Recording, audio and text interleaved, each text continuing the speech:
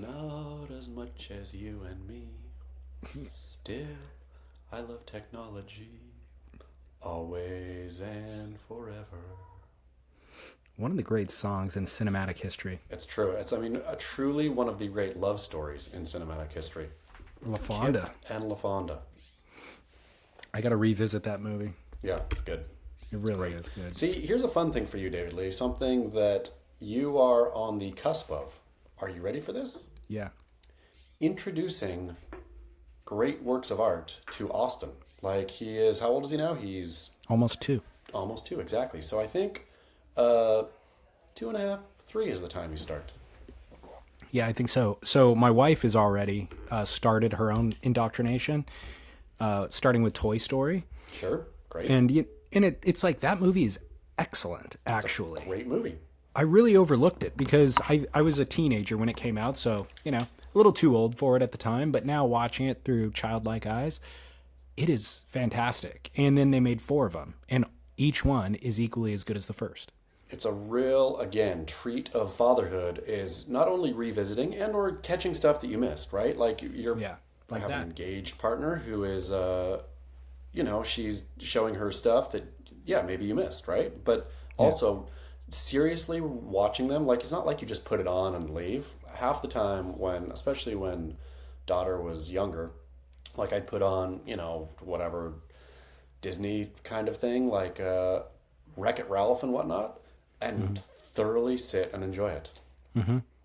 Good Movies stuff. got better after we grew up, to be honest. They did. The Goonies wasn't quite that good. Nah, not at all. But Napoleon Dynamite, I think that would be one where it'd be amazing. I'm not going to watch it, actually. I'm going to wait until I show it to him in order for me to revisit it, because it'll be like brand new for me again. Exactly. But that's a fun journey that I'm still on that journey. Good. Yeah, I know you incorporate the imagery into Beach Grit all the time. Yep. For Napoleon Dynamite, which is a great little revisiting for all of us. Let's open up the show by giving a shout out to drinkag1.com/surf. Healthy and fueled, and especially we're headed into 6th season here, David Lee Scales. Kids are back in school, which means one thing: rampant disease. Protect yourself. drinkag1.com/surf. I just got an email from them that said, we're keeping our climate neutral certification going for the 3rd year in a row. Our commitment to science means understanding our impact on the planet and recognizing the direct correlation between planetary health and human health. It's an intricate relationship. That's why we're always striving to make the best choices for both our customers and our Earth. AG1 is climate neutral.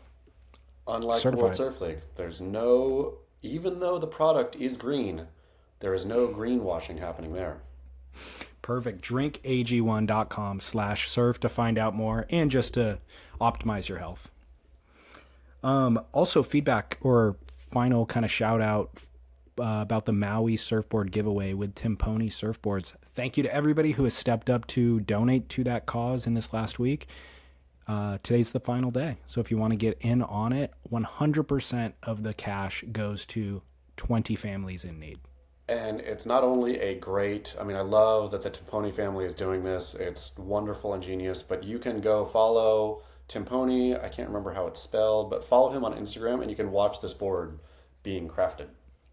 And other boards, like in the last year, Nick, Jeff Timponi's son, has gotten amazing at filming the entire process from beginning to end and then cutting it down into like a 1-minute video.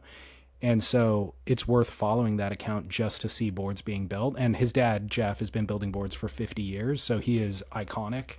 Every time incredible boards. I got sucked down the Timponi Instagram account just yesterday. Yeah. And I was sitting there. Yeah, you're exactly right. The filming of the making of the surfboard. But my goodness, the time, the energy, the thoughtfulness, if Beach Grit was a surfboard, it would be, if my riding was a surfboard, it would be a plywood hunk, like all jigged jagged, but that's good enough. I mean, my surfboard brand would be, that's good enough. Taking on water. Yeah. Giving people splinters. I mean, the fact that these people, that the Timponis and the Pizels and the, all of them, the Merricks, all these guys exist who are thoughtful, who good enough is not good enough. Which, thank you for your service, surfboard shapers. True artisans who have continually refined the craft for 5 decades and are still charging the same prices they were 2 decades ago. It's ridiculous. It is ridiculous. I know. And kind-hearted enough to give back to the local community. So geniuses, all of them. Yeah, so a reminder for everybody who didn't catch last week, they built a surfboard that they're going to give away, and they're collecting donations for it. Ultimately, one of the donors will get selected tonight at random to win this surfboard. We're going to cover the costs of shipping to ship it to whoever it is around the world that wins, but all the money that's collected, so Timponis are on Maui. They've identified 20 families in need whose homes were vanquished by the fires in Lahaina. And so among those 20 families, we're going to divide the total number of proceeds that come in by 20 and give everybody an equal share. And this is cash into their bank account. Nobody's taking a fee. Timponis are doing it for free. Venmo doesn't take the fee. It's 100% cash into these people's accounts. So wonderful. We talked about last week, there was that caller saying, you guys are anti-Brazilian. Whether you know it or not, you're anti-Brazilian, right? And so we kind of assessed whether or not that's true, figured there's probably an element of truth to it, a covert... blind biases. Totally. It's not intentional. It's certainly not racist. It's just a certain level of patriotism and then a covert kind of preference for... People that look like us, David Lescales. Really, that's what it comes down to, right? People adjacent geographically and look similar. That is just a covert preference, right? Listen to this feedback we got from listeners. One came in from, I think, Victoria, Australia, said, please don't. What is more beautiful, Tom with a snap heard round the world or Brazilian doing airs? Hopefully... Or he said, honestly, this is the first time in 10 years I was disappointed with this conversation. Thanks for reading. I mean, I get it. I hear you. I hear what you're saying. That's more beautiful to me. But surfing is, as we all know and love, completely subjective, right? And so who's to say? And I guess if we wanted to say on this show, we're sick of this subjectivity. We are going to go full on objective. We can, which we've talked about before, I think. Didn't we want to actually define kookdom or something recently? Yes. Or something like that, where we're going to make these things objective, right? It's not going to just be my opinion, your opinion. I agree, dear listener, that I prefer a Tom Curran snap, but as we've just talked about, what does that say about my unconscious biases, about my all of this kind of stuff, right? And so I think let's have the argument, and I would challenge the listener, look at your biases. Tell me, call back in or write back in, tell me objectively, what's better about a current snap than, and who do we want to pick for an air? Because Idolo's airs, I think, are spastic. So we have to have, picking the best, one of the, smoothest snappers of all time. You can't just throw any Brazilian doing an air, right? Who is peak in both finesse and agility and ability of the Brazilian air game? I mean, I could point out a Felipe 10-point ride from last year, a backside air that he did last year. Okay, so and again, this needs to be refined probably a little bit, because who is the Brazilian aerialist to a Tom Curran snap? Felipe could be. Okay, so he is best in class. And it's Tom Carroll snap heard around the world is the one that he's identifying. But that's the thing. That's the problem I had with the email was Tom Carroll snap heard around the world. All Brazilians doing airs is the example that he gave. An entire group of people versus this one thing. So you're right. We do need to isolate snap heard around the world at pipe versus what is the best? What is the? I mean, is it Philippe's alley-oop at J-Bay? Is that the moment? That is perfect, because a snap never should have been done at pipe and an alley-oop never should have been done at J-Bay. That's it. Okay, so there we go. So I think we need an Instagram poll here. Yeah, I agree. And it's going to be, since both of our followers are mostly white like us, Tom Carroll snap around the world will win. And so his question, though, and this will be the Instagram poll, is what is more beautiful? Yes. Because it's not figuring out what's harder to do or whatever. It's just what is more beautiful. Because that's what we're talking about here is aesthetics, right? This is a pure aesthetic discussion. It is not it's neither skill nor anything other than pure aesthetics. What's more pleasing to the eye? Yeah, and that is entirely subjective, by the way. Like, but that's the point. Is we're gonna try to boil this down to objectivity. Is oop air more beautiful, and argue your point, right? Like, because to say everything's that's your opinion, that gets boring. Then we can't actually have any kind of real discussion, right? So let's say one of these is better. I like it. Yeah.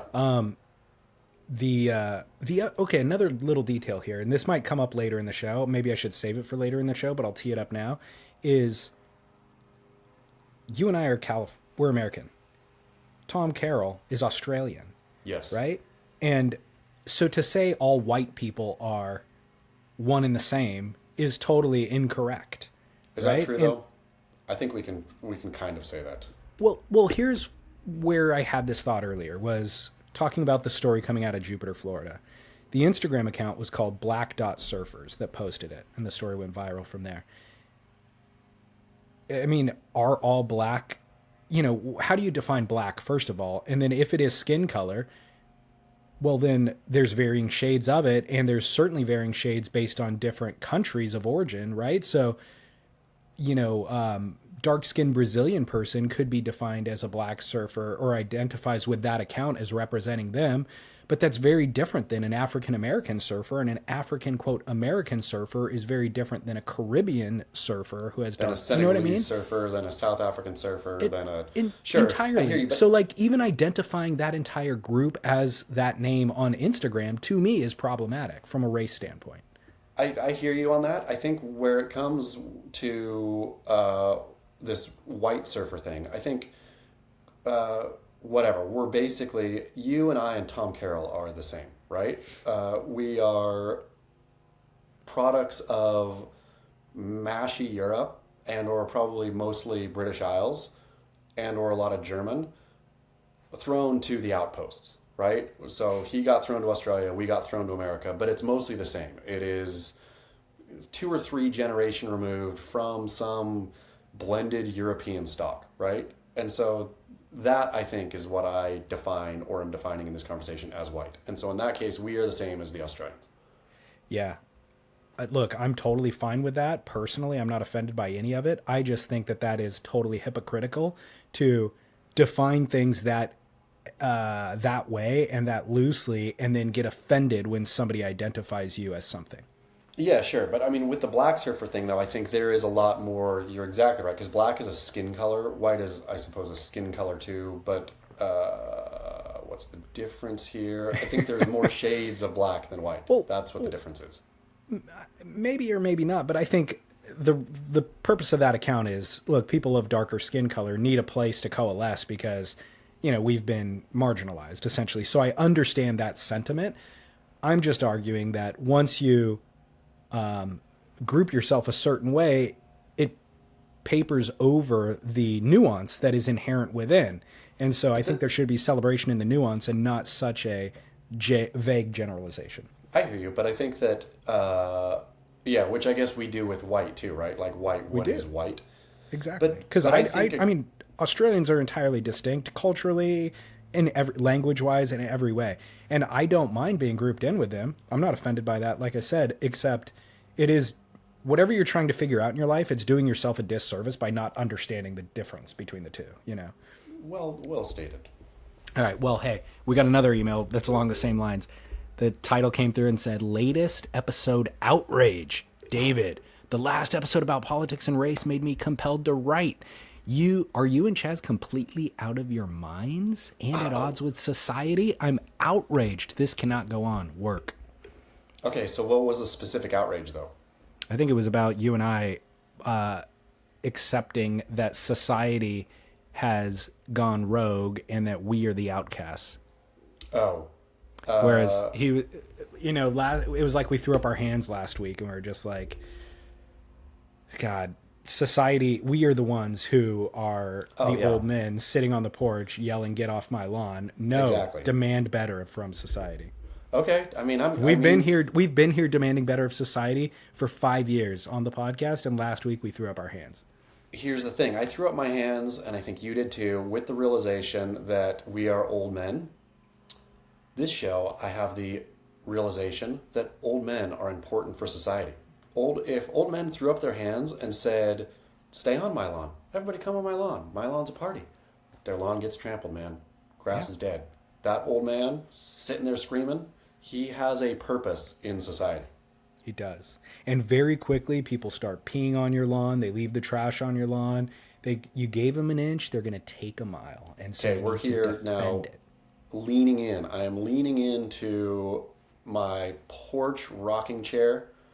Me and Clint Eastwood and you drinking lemonades, cursing. Perfect, because that tees up Jupiter, Florida, racism and surfing. Boom, here we go. Story coming out of Jupiter, Florida. A surfer named Andrew Sherlock had his board stolen at the beach and then nailed to a tree 15 feet up, a palm tree specifically. The images, Andrew's words, and a recap of the events was posted on the account that I mentioned earlier, at blacks.surfers. The bio line from that account states that, quote, they want to attain equitable access to surfing for black people through policy and community, end quote.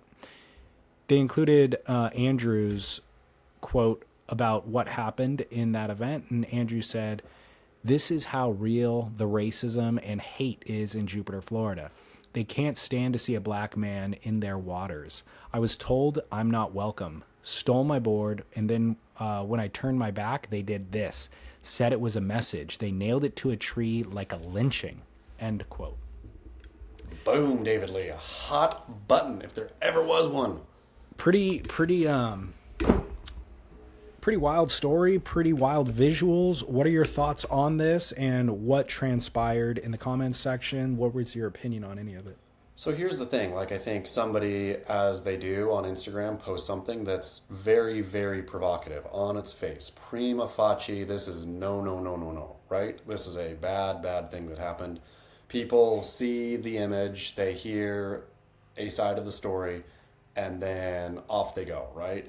Comment section fills up with these racist honkies out in Florida. Of course, again, back to the unconscious biases. Everybody has probably, when you see a surfboard nailed to a tree in Florida, a black man surfboard nailed to a tree, and it's Florida, you think these Confederate-loving, hicks, they're racist. So that goes on for a while, but then somebody who was there, I don't know if they participated in the nailing, but somebody who was there came in and said, "Wait a second. This guy, I was there. None of you commenting were there. This guy was acting like a full-on kook. He's regularly a kook. He's dangerous. He burns people. He's aggressive. We simply told him, go down the beach," or he's been told to go down the beach, and he just gets in the way and doesn't. He rubs his bad behavior in everybody's face. And so then this happens. So then the debate takes on a new life, right? Okay, was this a classic sort of kook hazing? Or was this B, racially motivated? And I don't know how you can help but think it is D, all of the above. Right? Really? Do you think there was a racial component in this? For sure. I think you don't nail a board to a tree. I've never seen a board nailed to a tree, right? And I love that, I didn't love, but the comments that I met, people were like, "That's not a lynching. A lynching is with a rope." And that's not, the definition of a lynching is not stringing somebody up by a rope. Did you know that, David Lee Scales? No, I didn't. It's basically mob justice is a lynching.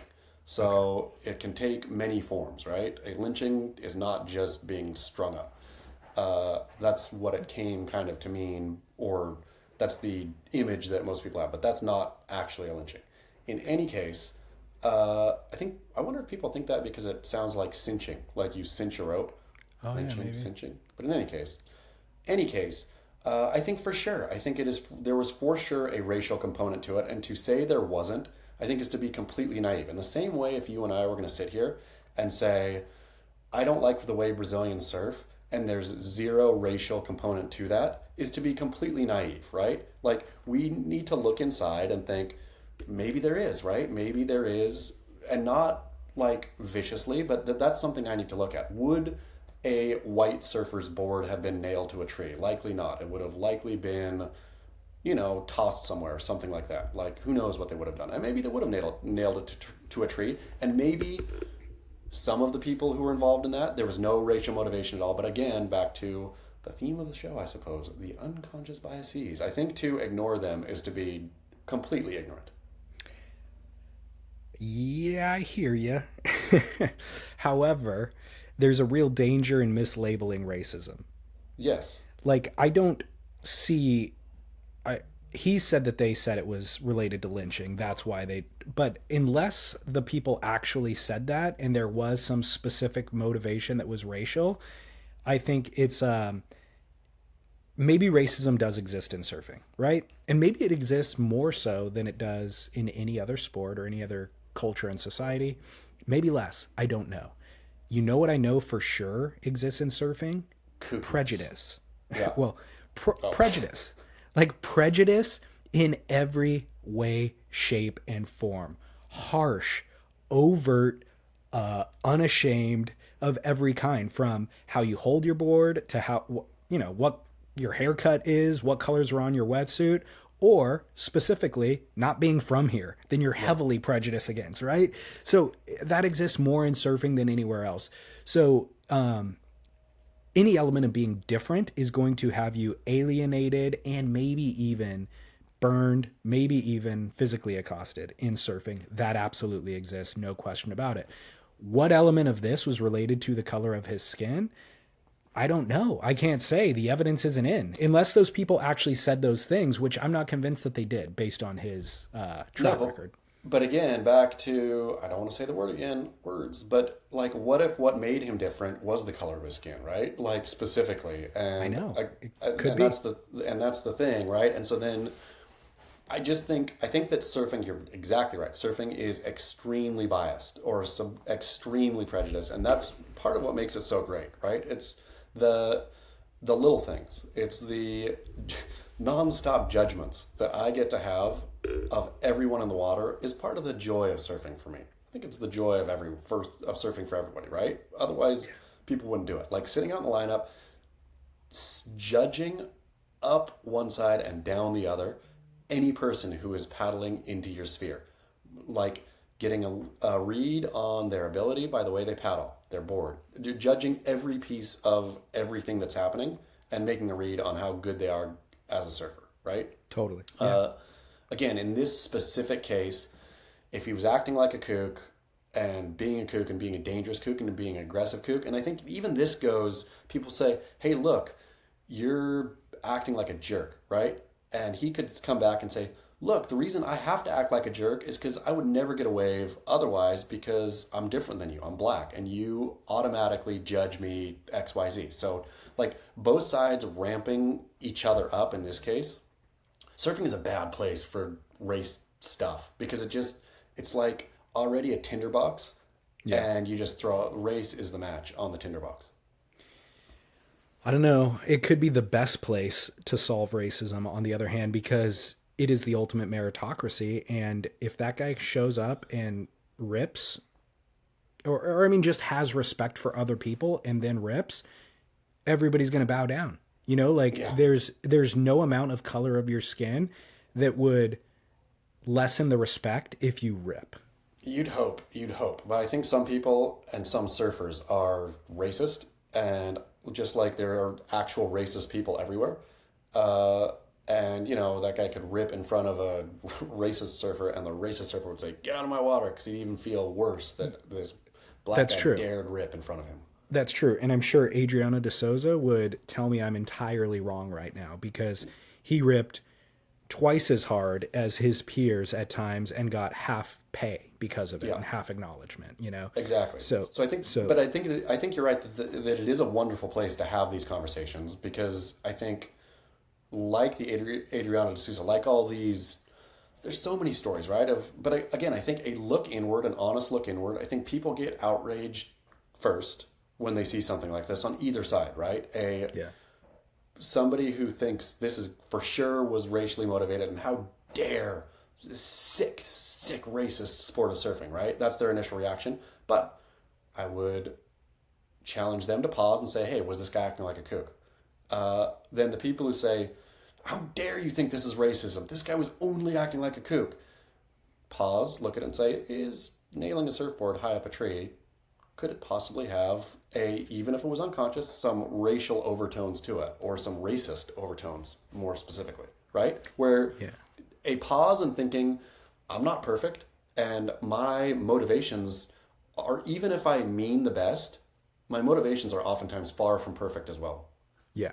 And so there's two sides of that coin. Is it might have been unintentional for the person who is nailing it to associate it with lynching, but it also, for Andrew, somebody who probably has experienced overt racism in his life, could be hypersensitive to any form of prejudice he interprets as being race-based. Exactly. Just in the way that if you got mugged at night, you would be timid for the rest of your life, probably, or for a very long time, to then go out at night and certainly back to that area that you got mugged.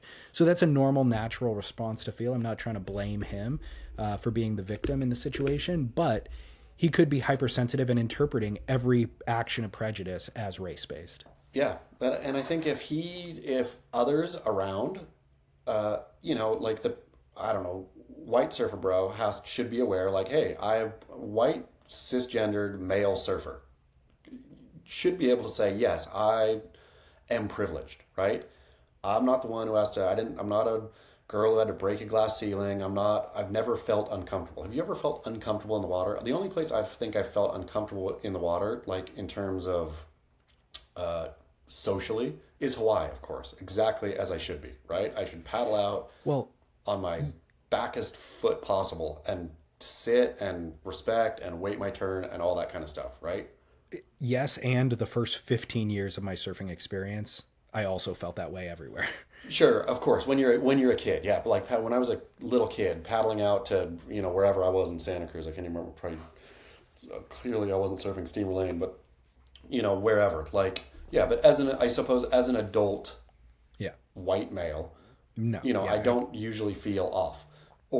Andrew, I guarantee every place he paddles out, he is very aware of. He is sensitive, like, because he is different. He has to feel that all the time. So I would challenge, I suppose, instead of being mad about stuff, surfers should recognize this guy, white surfers, I suppose, should recognize, hey, look, I have a different experience than this guy, but this guy's experience couldn't have been easy. Like, for me to say that surfing is, this never happened. Surfing is not racist, never has been, never will be, is, it is as racist as society is, and hopefully changing for the better. But to be sensitive of oversensitivity is valuable. Well, a couple of weeks ago, we read a Pros in the Wild story about Holly Beck dominating the lineup and burning people. And we gave her a free pass because we were like, good for her showing up somewhere that she's the minority, but playing by the rules of this culture and shutting everybody down, but had the surf, prowess to be able to get away with it, essentially. The one detail that's different in this story is all of the people who were in the water that day who commented on Instagram said specifically that Andrew is super aggressive and trying to fight people. Yeah. So if Holly Beck was trying to fight people, that's where she would then flip over to the side of being wrong, And so Andrew, I think it's like, look, showing up and not abiding by the rules, being kooky, all of that stuff would probably get you a free pass and not get your board nailed to the tree. But as soon as you try to fight people, and some of the comments said he was trying to fight Groms, like picking fights with kids. And so that is where I think the community rallies together and takes action. Sure. I mean, and I agree. Like, if he's out there being aggressive is one thing, picking fights is another. Picking fights with kids, another altogether. Like, I don't think he was in the right at all. And I'm not certainly giving him a free pass. And the bummer of social media justice, I think, is somebody like him, he can feel aggrieved. He can put his version of the story up, pile on, right? But what was the real thing. And if Andrew also needs to stop and look at himself and say, man, was I out there just being a jackass that day? Seems like I was. Yeah. And the reality is everybody chiming in on Instagram, other than those who are in the water, don't have enough information to make an assessment. No. And nor do you or I even. You know, we're trying to use this kind of little story to extrapolate out bigger themes to discuss that are prevalent in everyday life or everyday surfing life. So that's what we're doing here. But when I see people that I know chiming in on Instagram being like, good job, Andrew, way to paddle back out and fight your battles or whatever, I go, how do you know? And you're losing credibility in my eyes. The fact that you just pat this dude on the back who may be the offender. And if I just kind of take a poll of everything that I read, my assessment is there was no racism in this. He was the offender. And you guys patting him on the back and classifying this as racism now actually dilutes racist acts. I hear you, except the nailing of the board to the tree, I can't help but think had a racist overtone to it. Maybe not purposeful, but there's clearly, I've never seen that in my life, a board being nailed to a tree. Have you? No, but honestly, I did not. Again, maybe it's just because of the privilege that I've lived with my whole life. I did not identify that as an overtly racist thing to do. I mean, I didn't associate it with lynching personally. Yeah, I did, like, seeing it, and that's fine, and that's the way it appeared to me, right? On the face, that's the way it appeared. It is a weird thing to do. Yeah. I'll give you that much. The punching out of a fin or the waxing of windows or even a flattened tire is all like norm. Standard, yeah. So that is definitely an outlier thing to do. So, exactly. And you identify it as racist. I don't. But yeah, who knows what the motivation was. Exactly. And I'm not, precisely like you said, that's why I'm not weighing in other than, discussing possibilities of what might have happened. Because I don't know. I wasn't there. Like, those guys all might have been stinking, the nicest, humblest, greatest guys ever. This guy was a real jerk, and they thought, like, we're going to nail his board to a tree. That's what we're going to do now. Like, might have been no racist component at all. I have no idea. Wasn't there. Weird move, for sure. Yeah. Well, let's dive even deeper into this race conversation and try to get to the origins of it. Listener email came through with the title, Are My Local Heroes Nazis? Is the title of this email. Are you aware of the podcast that came out recently chronicling Mickey Dora? Oh, I was aware that it came out, but I didn't know that they dealt into his surf Nazism. Yeah, so it's called Lost Hills. Dana Goodyear is the name of the woman who is producing it and hosting it. She writes for, I want to say, the New York Times, but she's based in Los Angeles. She's been surfing. I listened to the first half of the season, so maybe 5 episodes or so. And it's very well done, and it does a deeper dive into Dora than... the book was really good. David Renson's book was really good, and she references that a lot. So it's kind of a version of that, but in podcast form. But she interviews ex-girlfriends, roommates, all these people to try to tease apart truth from fiction, because so much of his life was intentionally, he was throwing smoke screens. He had a bunch of different names, aliases, and all of that. And the reason why was because the FBI was chasing him for all these criminal fraud acts that he had been doing, right?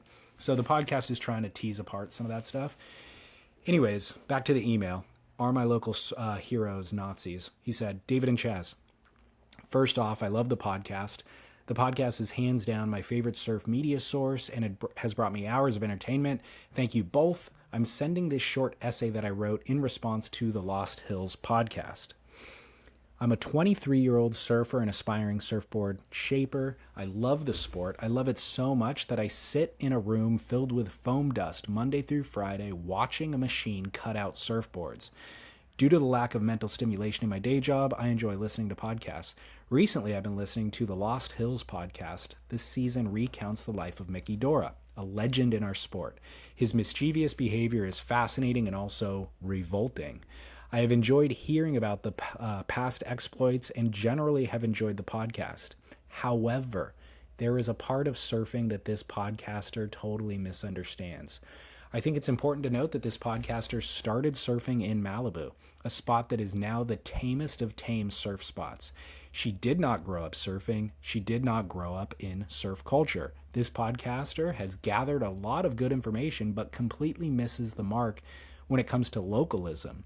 She even hints that localism is rooted in Nazi and racist ideals. I cannot discount that the swastikas on surfboards and driveways were unacceptable, nor do I doubt that Mickey Dora himself used some hateful language and has questionable Nazi beliefs. But to suggest that the whole core of surfing stemmed from anti-Semitism seems inaccurate. Here's a possibly unpopular opinion. Surfing isn't for everyone. Surfing is for those who have committed to it. I'm talking about waking up at 4:30 in the morning, pulling on a cold wetsuit just to get some waves before work. I'm talking about trudging down a 45-minute tick-infested incline just to score some waves to yourself. The amount of and intensity of the work put into the pursuit directly correlates to your part in ownership in the culture. This author, I doubt, has done any of these things. To her, localism is mean. She claims that localism stems from racism and anti-Semitism. The problem with this proclamation is that every non-surfer hearing this podcast will believe that this is true. They will not say, they will say, if they won't let me surf this wave, then they must be racist Nazis and stuck in the past. That simply isn't true. Localism is the barrier that keeps the rest of the mainstream society from barraging into the sport. It is the reason that we all devote our lives to this sport, so we can all have our efforts rewarded with a few waves and respect from our peers. It has absolutely nothing to do with race or ethnicity.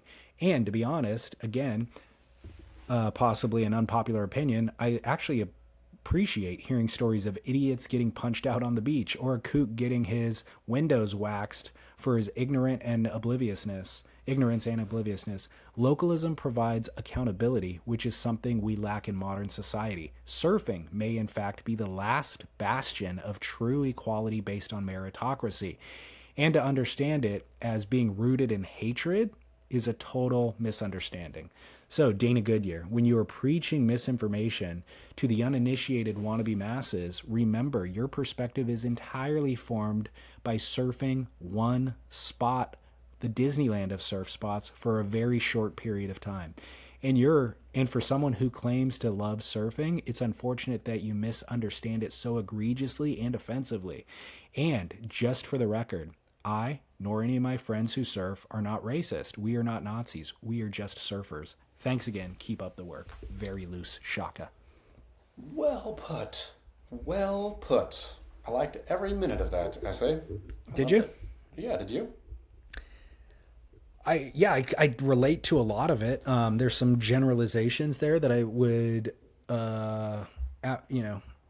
probably not want to necessarily condone as being my own thoughts, but I agree with a lot of it, that localism is not at all rooted in hating Jewish people, firstly, and definitely secondly, not where it's rooted. No, definitely not. And secondly, not rooted in hatred.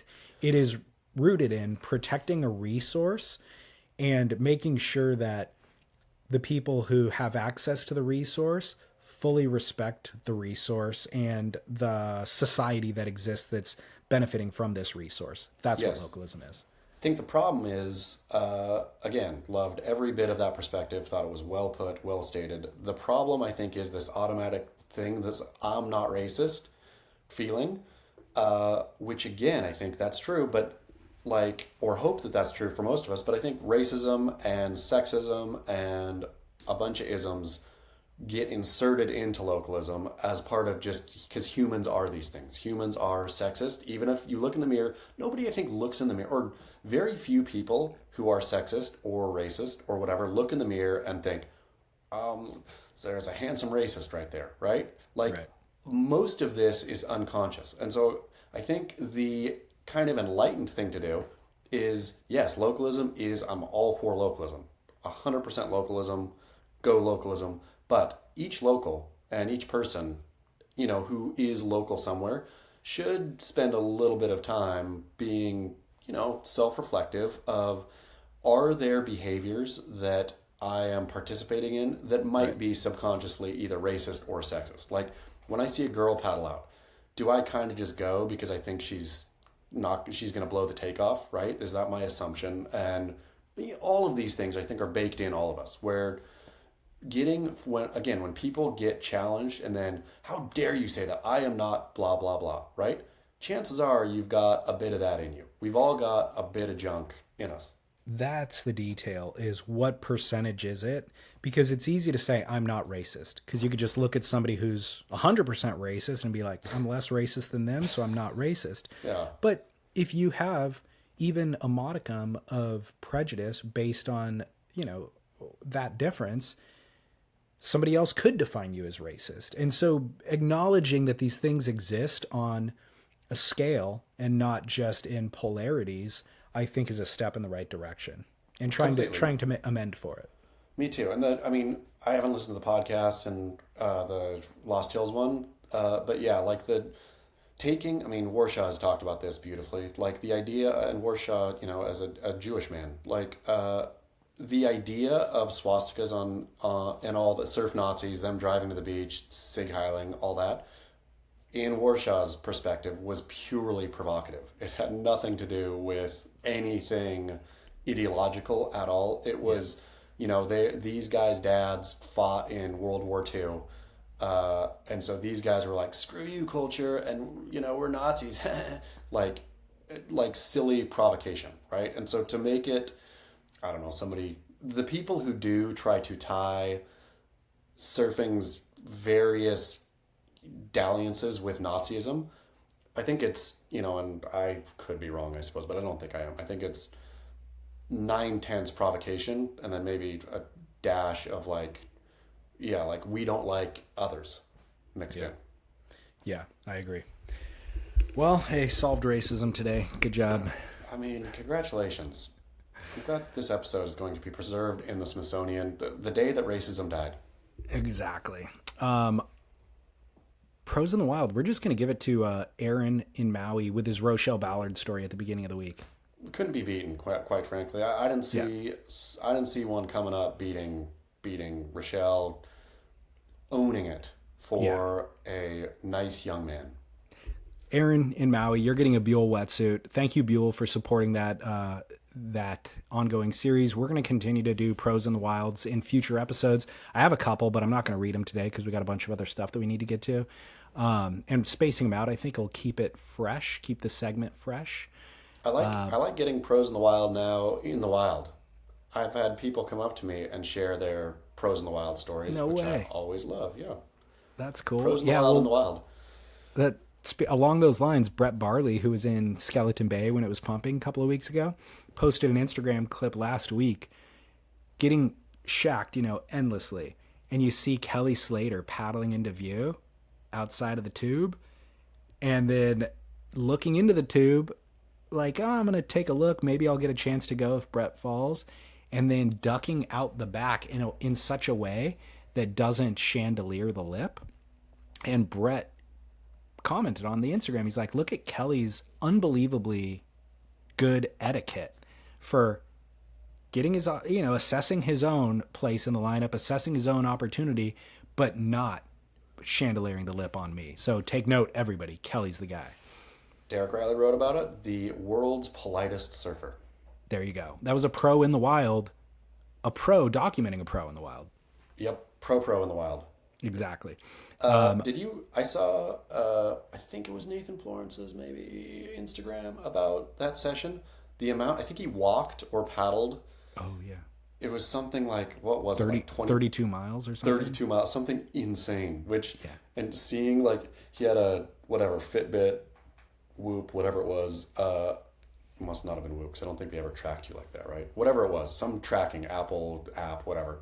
His miles, and just the amount over the satellite upstairs satellite image of Skeleton Bay, it made me never want to go there. I mean, I'd like to go there, but not to surf it. I don't Yeah, and everything I read about this session, there's like, this is not a user-friendly left. This is, you have to be like one of the top surfers on earth in order to, and you look at that perfect peeling left and you think, yeah, right, I could, shoulder hop into one of those if given a chance. I don't even think anyone could shoulder hop into one of those.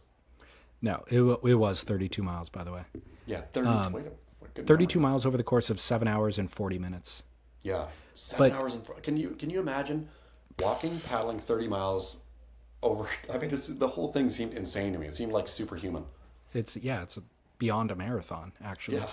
Yeah. But no, I agree with you. It is one of the most challenging waves on the planet. Like, there's so many sections that double up and kind of go below sea level that, I mean, maybe you'll find a little shoulder that you can kind of get an easy entry on, but the amount of water moving and ground that you have to cover to maybe be in the lucky spot is just not going to happen. Like, you have to be in peak fitness level, drinking your AG1 to be out there and to find an opportunity for sure. And you also have to be a professional surfer who's like top tier professional surfer.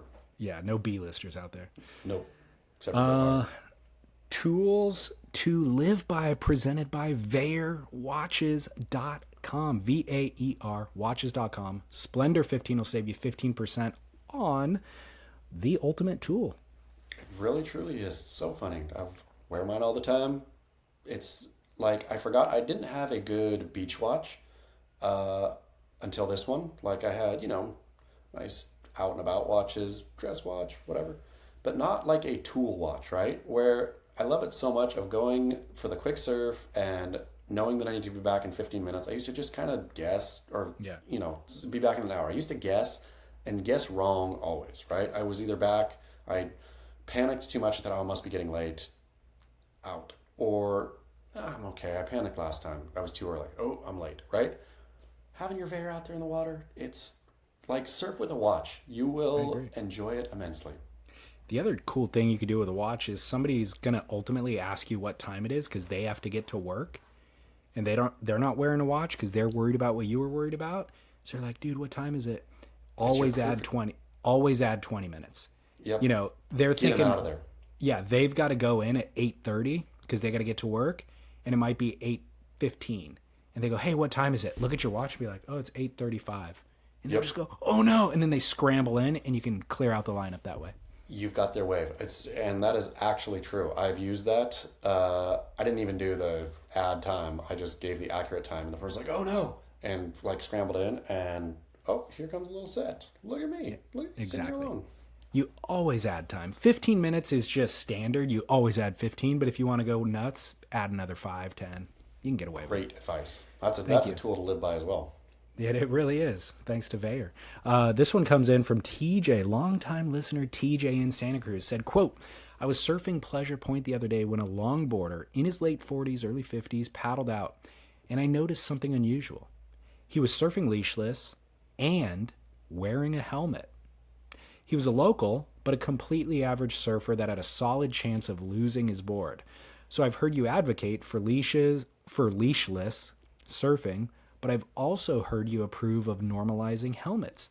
But this guy appeared to be concerned for his own safety by wearing a helmet and no one else's by going leashless. So where do we go from here?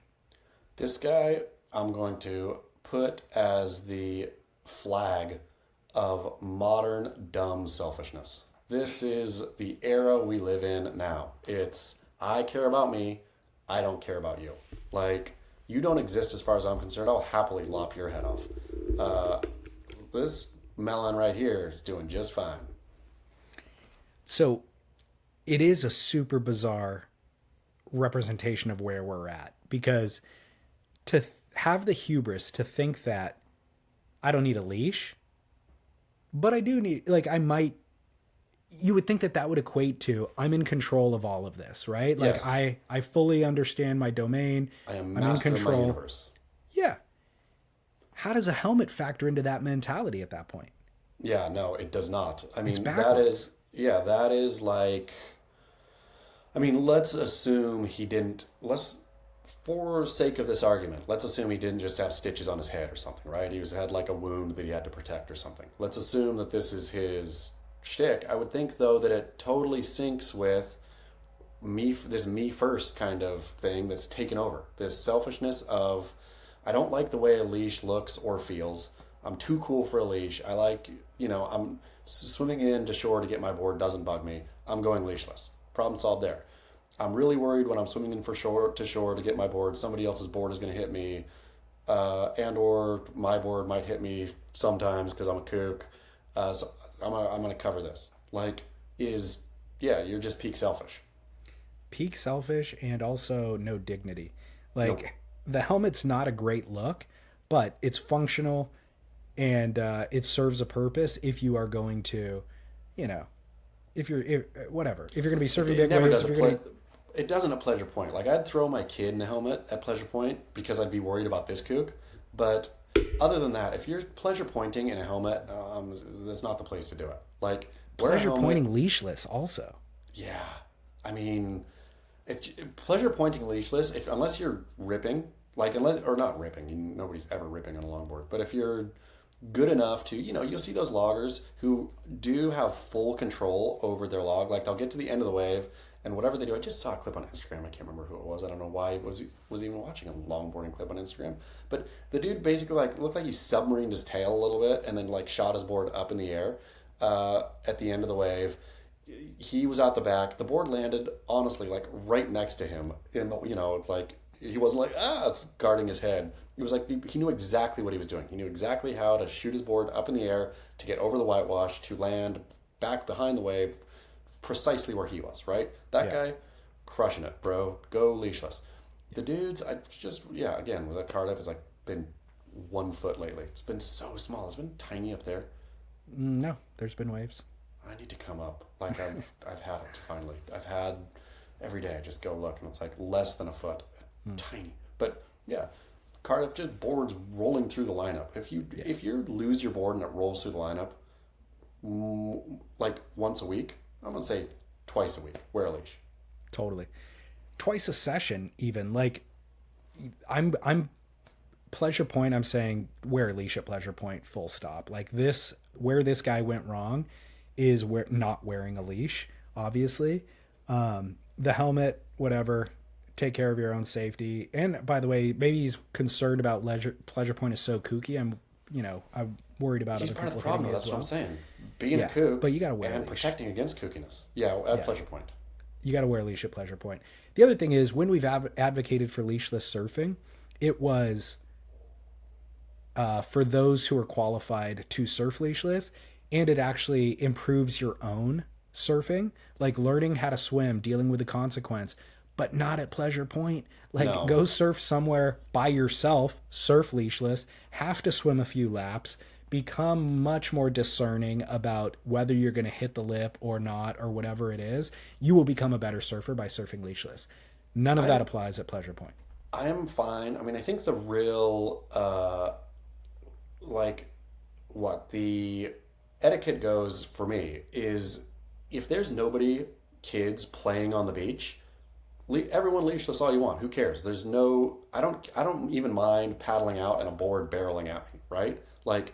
Who cares about that? I mean, that's sort of if you're a full-on kook and you're just losing your board all the time, whatever. But if nobody's playing on the beach, free for all, as far as I'm concerned. If there's kids playing on the beach and you're actively losing your board, or kids in the shore break, then you're a real dick. Yeah. And Pleasure Point is that. Pleasure Point is kids, families, all of that. Yeah, totally. Yeah, don't do it. Feel free to wear a helmet. Don't go leashless. Thank you, TJ in Santa Cruz, and thank you, VayerWatches, of course, .com, promo code Splendor15 to save 15%. I'm going to bring back true grit or clickbait stuff for you. I don't even know how or why, because everything is true grit, but let's see. Okay, let's see. Is it? World Surf League sale rumors boil as Saudi Arabia public investment fund buys $100 million minority stake in Professional Fighters League. I've got to say, I mean, there's no real rumor. Oh, but there was a real rumor, David Lee. I heard a rumor that, I couldn't remember if it was Qatar or Bahrain, but that Ziff was talking to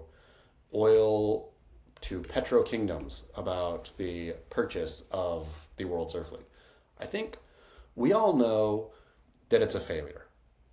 Like, we know that. There's no amount of Eric Logan tried the best he could before he was fired and forever forgotten by the World Surf League. He tried the best he could to make this look like it was a success. It is not a success. It is a financial failure. The waves get worse every year because they have to go, where the tourism dollars are. Their best sponsors, basically ladders or off-brand Chinese SUVs. Like, clearly this is not working. Anybody who thinks it's working is asinine and deserves Eric Logan. So with this asset that's not working, Ziff doesn't love surfing that much to keep it going. He's not doing this as a charity. His wife may have done so for a minute, right? I think, from what I've heard, his wife was very invested in and interested by the women's side of the tour, making it equal, right? Which is all good now. So great work done there. But if you're Ziff, you're thinking, okay, this equality thing is fine. Now they're equal. And what else am I getting from this? I'm just losing money. So I think you have to think, if any rational person would think, gotta sell it. Yeah. Who's buying sports? Saudi Arabia. So I think that it is just like Saudi Arabia has essentially purchased golf. They have bought now they have a whole wing. They have the Saudi Arabia Public Trust, whatever, or public fund that does these purchasing things for the kingdom. Way interested in sport. And again, and now have a separate part of this that deals specifically with buying sport. With wave pools the way they are now, it's all perfect, right? You set up, there'd be a contest in Bahrain. There could be a contest in Dubai, Qatar, Riyadh, like whatever. And it doesn't have to be the whole tour there, but that helps also normalize, because the Kingdom of Saudi Arabia doesn't need these sports leagues necessarily to create great revenue, right? I mean, I think the things they have bought so far will, I guess. I mean, I don't know how much they spent on Live and how much they spent on the players and how much they're spending on the PGA and all of this. I don't know if that billions upon billions of dollars in investment ever really returns. Maybe it does with golf. I don't know if it does with the Fighters League too. The reason they bought that $100 million minority stake is basically to stage fights in Saudi Arabia, right? So then their interest is also cultural, that this fight from Riyadh gets broadcast out and Riyadh gets normalized as a place. It's not this strange, place. And tourism dollars too. People come there. Yeah, precisely. And I don't know how much tourism they ever expect to gain. I don't think they think that people are going to think, oh, Riyadh, let's book our family vacation there. It's not very gorgeous, but it'll become more of a draw when there are events like this happening all the time. Yeah. Sure. Yeah, you could go. Yeah. I mean, and they also, alongside of this, they also, Ronaldo now plays in Saudi Arabia, right? And so you have this big soccer star. So people who want to go see Ronaldo, maybe they will book a vacation, but also wave pools coming online, a contest in, Jeddah, whatever. And then there we go. Like, it looks good. It's worth it for them because it looks good. And off they go. Like, it makes perfect sense. And watch, I think it makes so much sense that we're going to see this happen within the year, because I think that Ziff has his leverage right now, which is Paris Olympics. Like, he knows that the LA Olympics, which is 28 after Paris, will also have surfing. There's real talk that this is going to be in a wave pool, not Kelly's, but in a new pool that's being built, right? Which we can discuss. I think that's probably a later show.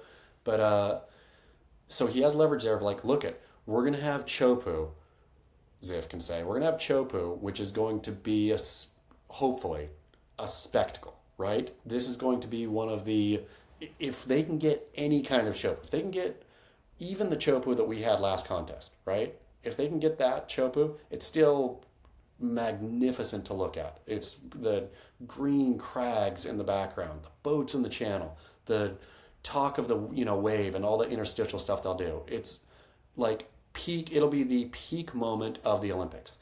What better time to sell? Either right before that or right after that, showing the investment fund. Surfing's valuable, man. and here we go. And now it's going into pools. So I just think it makes too much sense. It also is such a small play for Saudi Arabia that why wouldn't they just chip some money at it? You know, it's. I mean, I bet they could buy it for like $20 million. Exactly. Yeah. So that's the thing. What fighters league did they buy? Do you know? It's called that's what it's called, the Professional Fighters League. Oh, okay.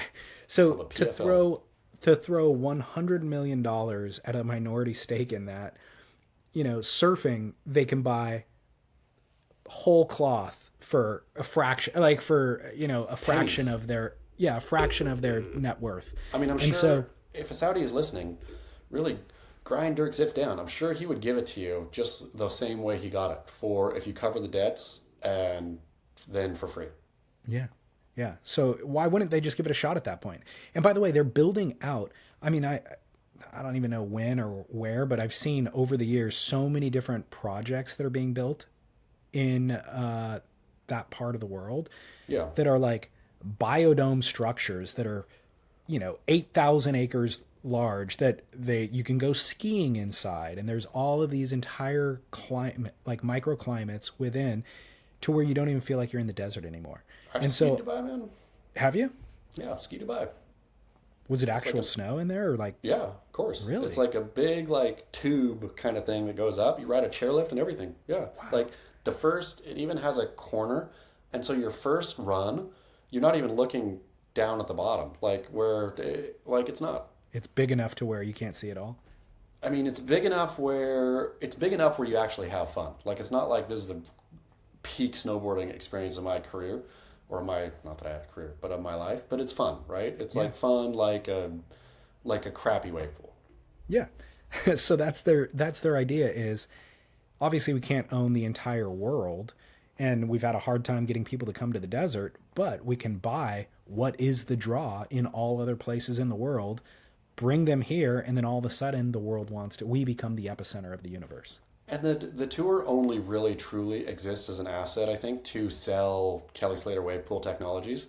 Well, now you have other people to buy them that you can actually use. Like Ziff and the existing crew has done an abysmally awful job. And I'm not going to pretend that I know the business of selling a wave pool, but on the surface, there's one still test facility in Lemoore, and they just sold where's the second one going in?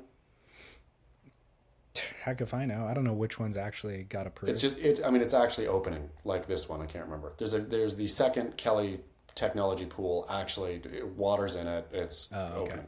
So it's not a conceptual, but one test facility. So you've actually made one in all these years. I don't know how many wave gardens there are. Don't know how many, of the Waco technology there are. But there's definitely more than one test facility, and one's, about to open. All to say, that's the asset. They've done a horrible job selling it. Don't know how. I'm sure Saudi Arabia could do a better job of selling Kelly pools to others. And then you use just within their own country, they'll sell. Precisely. Somebody will put them in their backyard. Yeah, totally. And then you use the tour just as it doesn't matter if it makes money or loses money. Nobody really is going to watch pro surfing. The idea that you're going to grow up beyond its base, which was Ziff's gambit, and it was Paul Speaker. More people surf than XYZ. We're going to have more people watch this than watch the NFL. And you failed. You abjectly failed because you made a bad product. And also, even if you made the best product ever, the amount of eyeballs out there for this is still minimal. It's still surfers, right? And you're going to get a bump from the Olympics, but you're going to take that bump from the Olympics and you are going to then show people really crappy Huntington again. And so the people who watch the Olympics are going to say, the Chopu? That was cool. I don't know what this is. Okay, I'm out. No, I'm not watching this again. You're going to show finals day at Lower Trusses, even though they're going to get pumping surf, David Lee Scales. No, they're not. The pumping surf's going to happen before the 8th. It's all this week, unfortunately. Speaking of the NFL, though, I don't watch the NFL. I grew up playing football. I played all the way up and through 9th grade. So I loved football for a period of my life, and then I abandoned it for surfing and never looked back and don't watch it ever since. However, there's a Netflix series called Quarterback. Have you been watching that? I haven't. I'm all in, dude. I don't know why I even pushed play. It's documenting last season, three quarterbacks: Okay. Patrick Mahomes, Kirk Cousins, and Marcus Mariota. Okay. And so, and they're all totally different, like stylistically, strategic wise, and come from different backgrounds, service a different role in the NFL. It's fascinating. And is it by the same team that brought us Make or Break?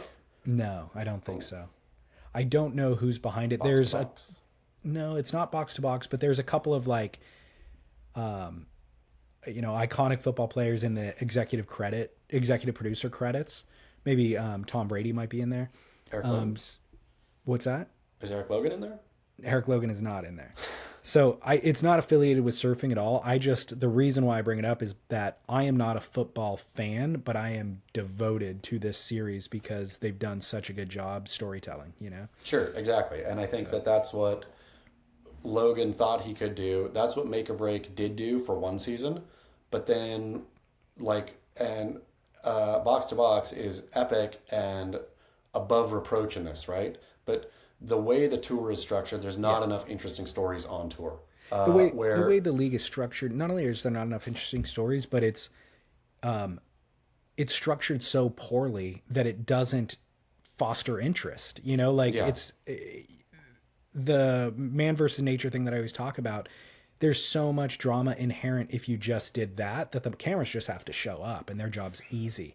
But without any of that, then it becomes about individual human beings that they're also, made really boring and dull by the World Surf League itself. So there's just no stories to tell. Yeah, no, it's dumb. And if you took what the World Surf League did wrong amongst everything else was claim and pound and try to sell that surfing is competitive professional surfing. No. Right.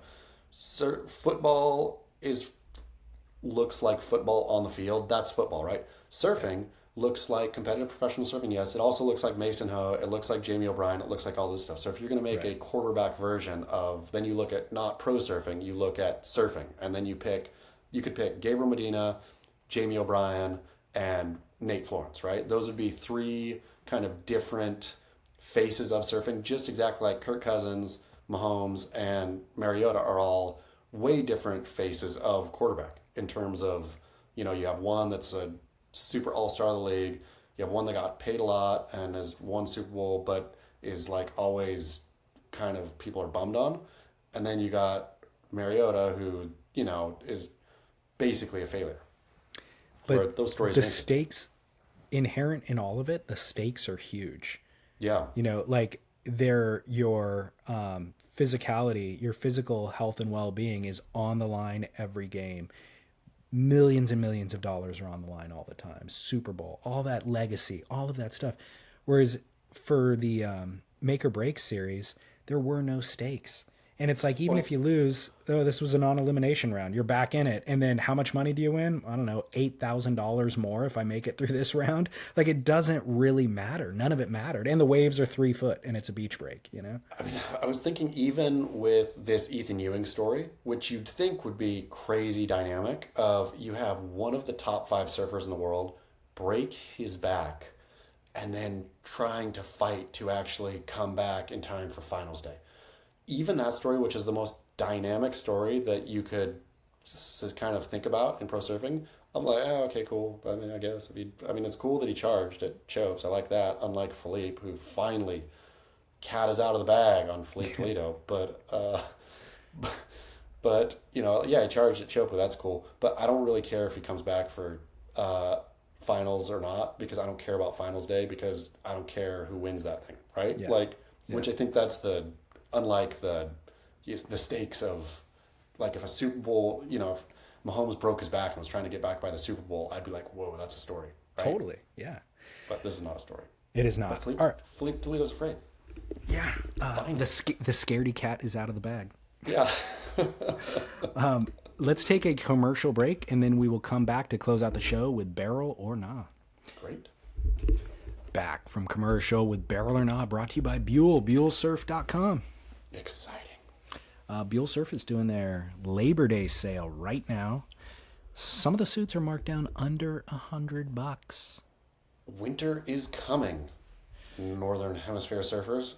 That is right. And by the way, booties are coming as well in your future, and they're marked down to around $40 on buellsurf.com. If you want to stock up now, that would be wise. I went bootyless last season. I oftentimes do. I'll oftentimes get a booty and then lose them, or lose one or whatever, and then go bootyless for a couple more seasons, and then think, it's time for booties again, probably. Get a pair and think, wow, why didn't I do this earlier? I love a good booty, man. Yeah. Warmth, gription. Do you remember which Lost film was it? Chris Ward was 16 years old. It might have been What's Really Going On, where he had one booty. He was surfing in the front booty, but not the back booty. Yeah. I remember thinking that was the coolest thing when I was a kid. I was like, in hindsight, he just lost a booty, I think it was. Yeah. He is such an airhead. He just lost a booty. But in my mind, I was like, oh, he's got a traction pad on the back, so he doesn't need a booty back there, but he wants a booty in the front for extra grip. So makes sense. I've done it accidentally before. It's same reason that probably Chris Ward did. Lost one and thought, one warm foot is better than no warm feet. I guess so. And it kind of does. Your brain doesn't really know what to do when you get in that cold water. It's like, oh. And so it kind of works to short circuit for a minute. Yeah. I think his brain exists on a totally different level. It's above or maybe below all of that rationale, and it just operates. Yep. Perfect. All right. Well, hey, barrel or nah? Changing. This came from listener James in San Diego. He called it in, but I'm just going to read it to you. Changing on the beach. I'm going a no barrel. I am going a no barrel unless you're at the beach, right, for the day. Like if it is a family beach day and you're surfing and you need a wetsuit, then by all means, what else are you going to do, right? Like you have to change on the beach. Otherwise, it's dumb. You are bringing extra stuff to the beach for no reason. You are getting sandy for no reason. You are not going to change out of your wetsuit. Rarely. Do you ever see anyone changing out of their wetsuit into clothes to leave the beach after a session? Never. You see them in the parking lot do that. You see them on the whatever, if there's grass around. You see them somewhere else. So what is the point? The point was that you thought, I'm going to get a little chilly here. I'm not comfortable in my clothes, so I'm going to go down there. You're just trying to preserve, I would imagine, the few more minutes of comfort of your clothes before you get in a wet wetsuit. But just man up, change in your car like everyone else. It's the worst. Changing on the beach is the worst. If you're getting out of the water, your wetsuit is going to get packed with sand. There's no way to change on the beach without getting sand on your wetsuit. Even if you're standing on a towel or whatever, there's still errant sand on the towel, right? Yep. And then your feet have sand on it and you get sand in your underwear. And I will try to build a wide hole through the leg of the pants. And I'm going to aim my foot right through there without brushing sand up against the side. It's never impossible. once successfully did it in my life. And so inevitably you get sand in your underwear, which then basically stays with you the rest of your life. Like it's not just you go home and shake it out, take a shower. Nope. It's in there permanently forever. You now have sandy underwear. Yep. The person, I can't believe, and I would like a beach changer to call in and give me one thing. Again, the only thing I'll give you is if you happen to be on the beach all day with the family, you're not going to just sit there in your wetsuit all day, right? I will walk back to the car and change there and then come back and rejoin my family. I'm glad that you're that much of a zealot because I'll have to struggle. Part of it though is that I'm not getting into clothes when, I'm changing into trunks, which that solves then I can go dip in and rinse off or whatever to get the permanent sand out of my delicates. Yep. It's a no barrel. Zero barrel. Don't do it. Barrel or not, watching a show with subtitles. This is I read a whole story on this recently. Did you read the same one? No, maybe the listener did. A listener sent this in a couple of weeks ago, and I've just had it stack. Yeah, it was. So maybe they did. It was it was an op-ed, if I recall, about the plague of everyone watching everything with subtitles now. And this op-ed, if I recall, writer was furious about it. And we're not talking watching with subtitles in a foreign language. We're talking about watching an English film with you as a native native English speaker watching a English movie with English subtitles in your native language, whatever it is. Yeah, with volume up too. Yeah. Like, so you have volume, and then the subtitles are there.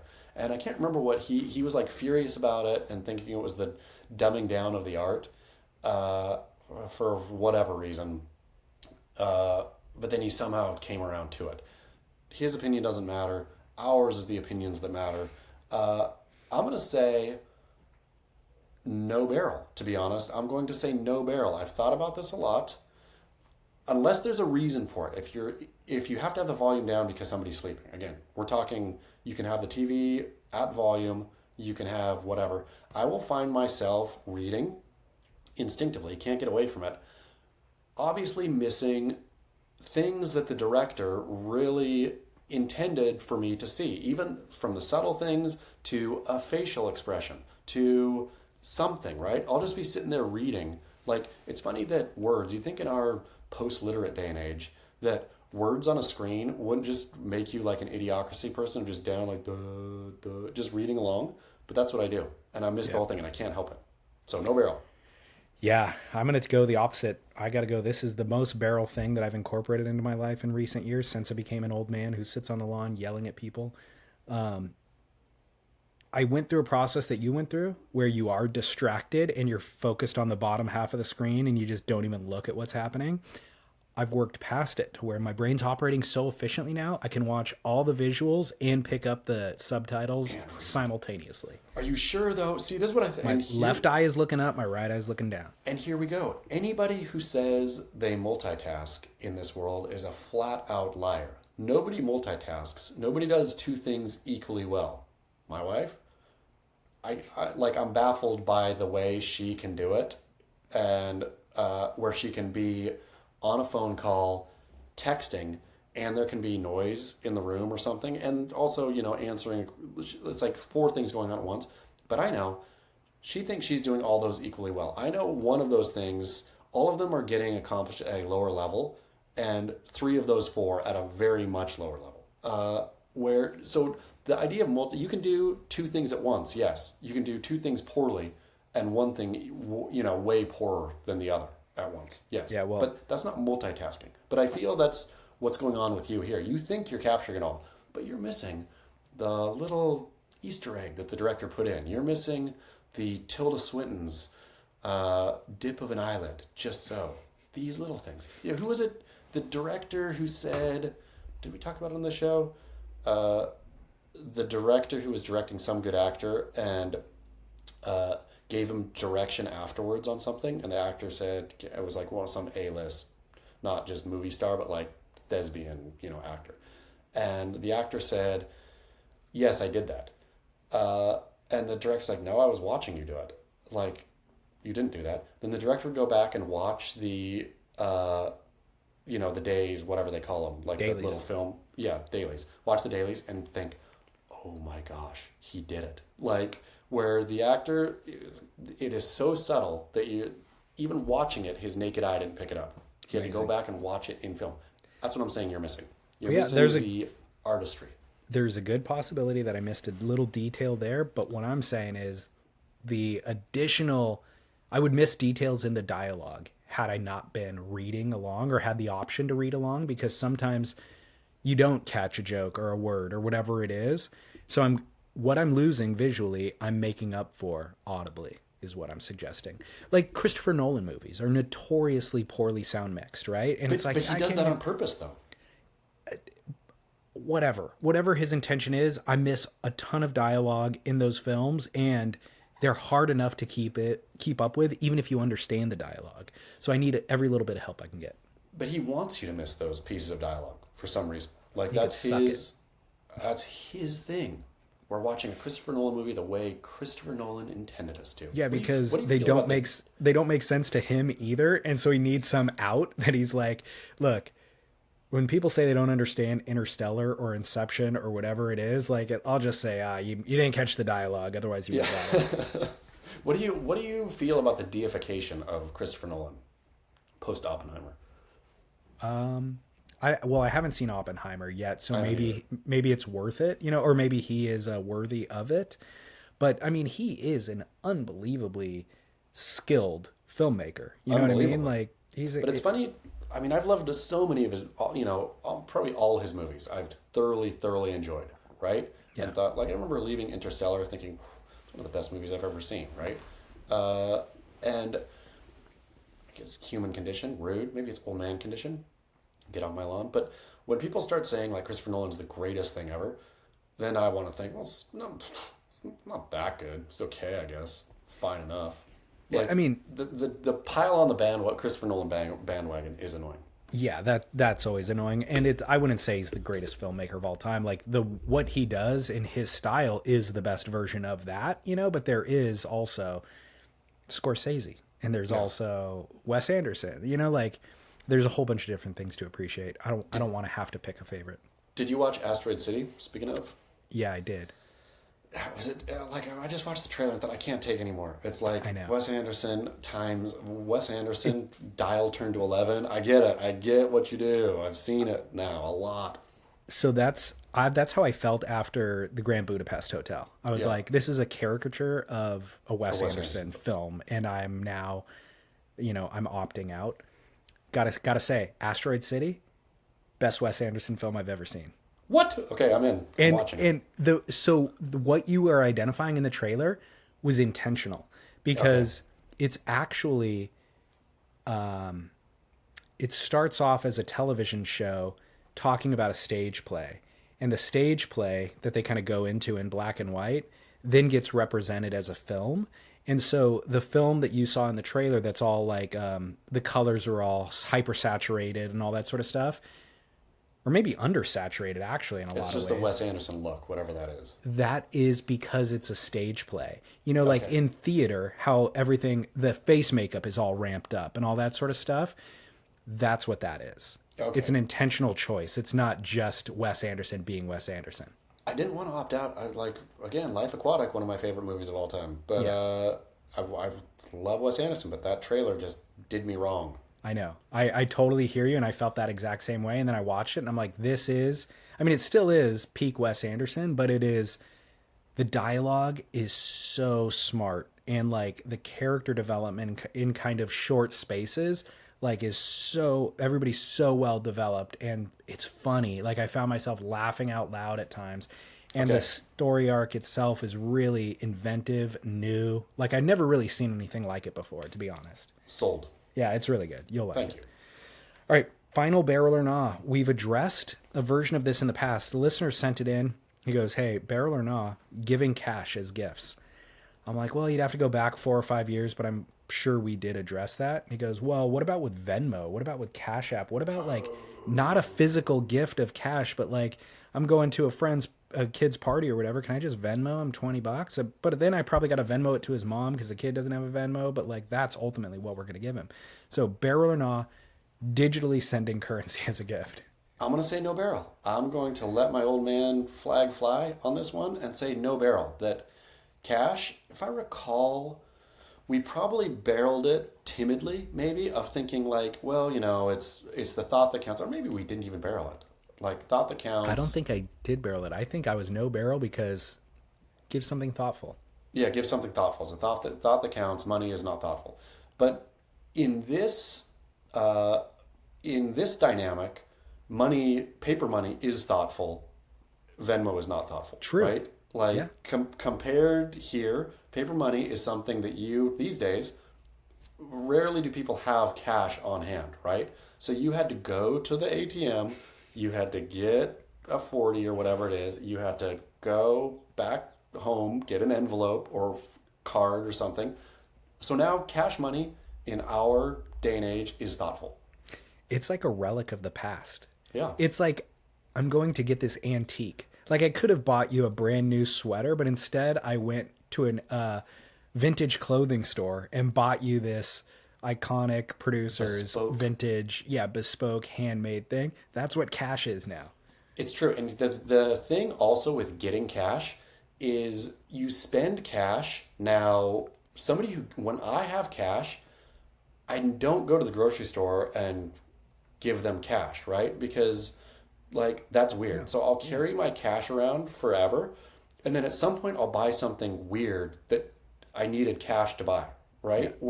So having cash in a pocket is a funny little adventure game that you get to play of when are you going to need this cash and for what? Because I'll tell you what, it's not going to be for gas, not going to be for groceries, it's not going to be for anything where whipping the card out and tapping or inserting. Do you tap or insert?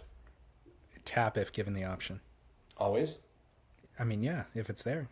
I always forget that it taps, and so I'll always insert, and then my card just like wears out, and then I'm like, oh man. But the tap doesn't always work. The tap isn't foolproof yet. Yeah. But the funny thing is, the young person who you're thinking about giving the cash to, they don't even know what to do with the cash because they're like you. They don't encounter a situation in their life where somebody takes cash anymore. Sure, maybe but that's what I'm saying. Is that even the drug dealer on the playground in a modern kid's life takes Venmo. I bet. I know. But imagine, so then by giving this kid cash, you're sending him on a magical journey of what you can buy with this cash. Because it has the same value as $20 in a Venmo, but it doesn't have the same at all, like, accessibility. So you're not just going to, kid gets $20 on Venmo, kid spends $20 on Venmo on Roblox or whatever, right? Like on some dumb thing right away, on some dumb digital thing. Can't put your $20 into your iPhone, man. You got to go find something IRL to buy that to buy with that $20. So we're going digital currency as a gift. Heck no, but giving cash has come back into fashion. Cash is back. Give him a roll of quarters. Yeah, best. Really blow his mind. Yeah. All right. Well, it's been a productive show. I feel like we covered the important and the frivolous all in one fell swoop. I mean, the fact that racism is no longer I'm going to go outside my recording studio and it's going to be a different world out there. A non-racist world. Gone. Vanquished from society. We did work. Oh, by the way, Nick Timponi texted me while we were recording, talking about the Maui surfboard giveaway, and he linked to a story, and he said, Oprah and The Rock team up to launch $10 million fund for Maui wildlife victims. They went on Instagram today and did exactly what we're doing. They're like, we set up this Maui People's Fund and just give cash, and we're going to give cash directly to the people. Nobody's going to take a commission. So Oprah and The Rock, and then Nick said, I'd like to think they got this idea from us. Oprah and The Rock are listening to our podcast and thought, that's a great idea. We're going to do the same thing. Thank you, Oprah and Rock. Both of you, feel free to call in with the Pros in the Wild. Love to hear from you. I bet Oprah in Montecito, she's encountered, and Maui too, for sure. Sure. All right, well, hey, great show. Go to beachgrit.com to keep current with all of surf news and what nobody else will report on in the world of surfing. At Surf Journalist to find Chaz. Before we leave, did you ponder Philippe's daddy, Ricardo, finally coughing up that Philippe's chicken? Did I ponder it? Yeah. What do you mean? More deeply than he was. I mean, did you think, well, why didn't Philippe just say this forever ago? Or did you think, if you've gone this long stonewalling it from your 0-point heat total of whatever 4 years ago to every time, and you stonewall it, why let the cat out of the bag now is what I thought. Why let the scaredy cat out of the bag? Why say, yes, he's actually afraid of hitting the bottom and hurting himself? I don't think that he intended. I don't think he went into that interview intending to reveal that information. I think he kind of got duped into it by the interviewer and just leaked it out, right? I mean, especially with Chopu coming up as the stop for the Olympics, how does Philippe now really keep his spot? If you're saying, I am putting myself above country, is what you're saying. Because you're saying, I want to go to the Olympics, but I will not surf that place. True. I will not surf it in a remotely winnable way. Right. And so I'm taking one of Brazil's slots away, one chance to win medal away. And I'm doing that because I'm selfish. Sorry. Yeah, I don't know. Shame on Ricardo for letting that slip. The beans? Ricardinho, yeah, for spilling the beans accidentally. But, all right, well, hey, surfsplendorpodcast.com. Go find everything that we discussed in today's show.